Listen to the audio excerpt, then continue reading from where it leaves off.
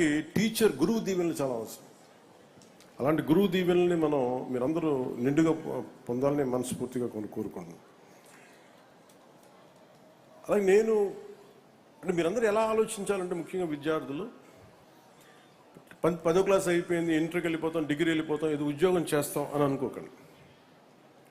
మీరు ఎప్పుడు చాలా యంగ్ మైండ్స్, మీరు అందరూ చాలా లేత వయసులో ఉన్నారు. మీరందరూ భవిష్యత్తు మీది.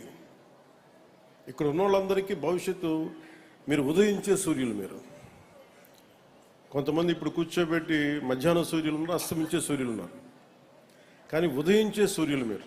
మా నాన్నగారు చెప్తా ఉండేవాళ్ళు, చిన్నపిల్లలను చూసి వాళ్ళు ఉదయిస్తున్న సూర్యులు, భవిష్యత్తు వాళ్ళది. అందుకే జెన్జీ అనేది చాలా చాలా కీలకం. మీరు 2000 తర్వాత పుట్టిన వాళ్ళు. మీకోసం ప్రతి రాజకీయ నాయకుడికి బాధ్యత ఉండాలి, అలాగే ప్రతి అధికారికి చాలా బాధ్యత ఉండాలి. చదువు అనేది మీ భవిష్యత్తుని మార్చేస్తుంది. మీ చేతిలో చాలా బలమైన ఆయుధం. 1,00,000 మంది మెదడును కదిలించగలిగే శక్తి మీకు చదువిస్తుంది. మీకు అది మీరు అర్థం చేసుకుంటే మటుకు ఈ దేశానికి మీరు చాలా చాలా కాంట్రిబ్యూట్ చేస్తారు. ఉదాహరణకి మనకి జూయిష్ కమ్యూనిటీని చూస్తే పట్టుమని 10 మంది ఉంటారు, కానీ ఒక్కొక్కళ్ళు 1000 మంది తాలూకు శక్తి ఉంటుంది, పొటెన్షియాలిటీ. మనం 1,00,000 మంది ఉన్నా కానీ ఒక్కళ్ళతో కూడా మనం కంపీట్ చేయలేము. అందుకని మనం ఎలా కంపీట్ చేయాలి? ఎక్కడో అబ్దుల్ కలాం గారు చూడండి, ఎక్కడో చిన్న మారుమూల రామనాథపురం అనే ఊళ్ళో కూర్చొని ఆయన మిసైల్ మ్యాన్ ఆఫ్ ఇండియా అయిపోయారు. భారతదేశ రక్షణ క్షిపణి వ్యవస్థకి ఆయన ఒక మాస్టర్ అయిపోయారు. ఆయన అంటే ఆయన తమిళ్ మీడియంలో చదువుకున్నారు, ఇంగ్లీష్ మీడియంలో చదువుకోవాలి. So medium is not the question. మీరు ఇంగ్లీష్ మీడియంలో చదువుకోండి, తెలుగు మీడియంలో చదువుకోండి, మీ ఏ మీడియంలో చదువుకోండి, కానీ మీకు ఇన్నోవేషన్, క్రియేటివిటీ పెరగాలి అంటే, మీకు మల్టీలాటరల్ థింకింగ్ రావాలి అంటే మీరు చాలా విభిన్నమైన నేర్చుకోవాలి. మీకు దేహదారుఢ్యం ఉండాలి, బలం ఉండాలి. మీ అందరికీ మానసిక దారుఢ్యం ఉండాలంటే, ఇప్పుడు మేము శారీరక దారుఢ్యానికి ఎక్సర్సైజ్ చేస్తాం, మానసిక దారుఢ్యానికి పుస్తకాలు చదవాలి. Books are the training weights for your mind. ఈరోజు నేర్పించే మీ ప్రతి టీచర్ పాఠం అదేదో మీకు మార్కులు వస్తాయని చదవకండి. దీనివల్ల మాకు అర్థం అవుద్ది, మేము బతికే ప్రపంచాన్ని అన్ని మీరు ఆ దృష్టికోణం నుంచి కనుక మీరు నేర్చుకుంటే మీరు చాలా అద్భుతమైన ఫలితాలు వస్తాయి. అలాగే టీచర్స్కి కూడా నాకు ఎప్పుడో ఒక్కొక్క టీచరు ఒక చిన్న పాఠం నేర్పిస్తే, ఆయన ఒక సోషల్ టీచర్ సమాజం గురించి, దేశభక్తి గురించి చెప్తే, ఎప్పుడు 7th 8th నా గుండెల్లోకి వెళ్ళిపోయింది ఒక పాఠం.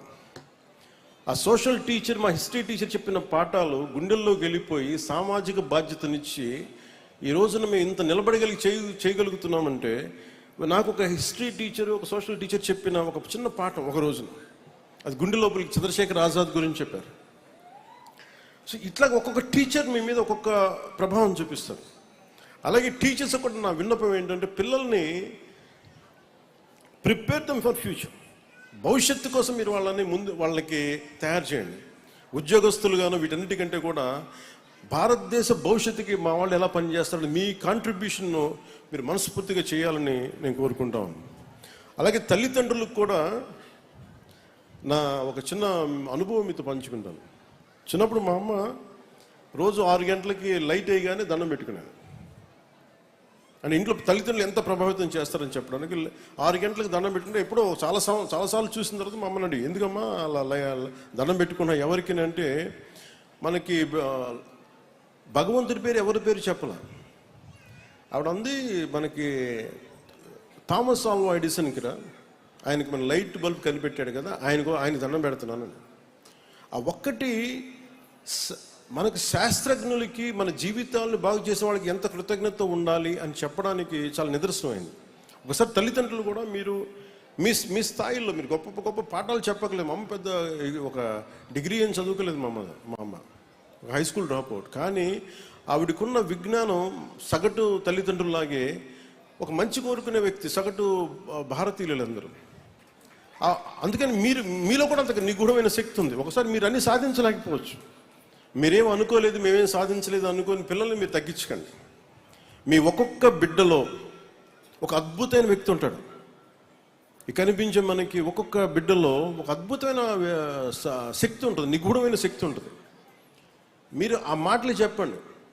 పొద్దున్న లేస్తే బూతులు తిట్టే వ్యక్తుల్ని చూడకండి, టీవీలు చూడకండి, సినిమా పిచ్చిలో పడిపోకండి. సినిమా చిన్నపాటి వినోదమే, దాన్ని జీవితంగా తీసుకోకండి. నేను ఒక సినిమా నటుడిగా చెప్తున్నాను. మన కోసం కష్టపడే ఒక అబ్దుల్ కలాంని స్ఫూర్తిగా తీసుకోండి. మనకి దాతలు ఇచ్చిన ఈ చౌక్ పేరు పెట్టుకున్న అలాంటి పెద్దలను తీసుకోండి, అలాంటి స్ఫూర్తి తీసుకోండి. అందుకని మీరు అలాగే ఎవరైతే తోట రాఘవయ్య గారు ఉన్నారో, మీరు రోజు గుర్తుపెట్టుకోవాల్సింది, మన స్థలం వచ్చి ఆడుకుంటున్నప్పుడు ఒక దాత మనకి స్థలం ఇచ్చాడు, ఆయన చిన్న కృతజ్ఞత చెప్పుకోండి. మనం కూడా ఏదైనా అయ్యి మనం కూడా ఏదైనా చేయాలి. That's how we continue the cycle of give and take. అందుకే మీ అందరి దృష్టిలో పెట్టుకోండి.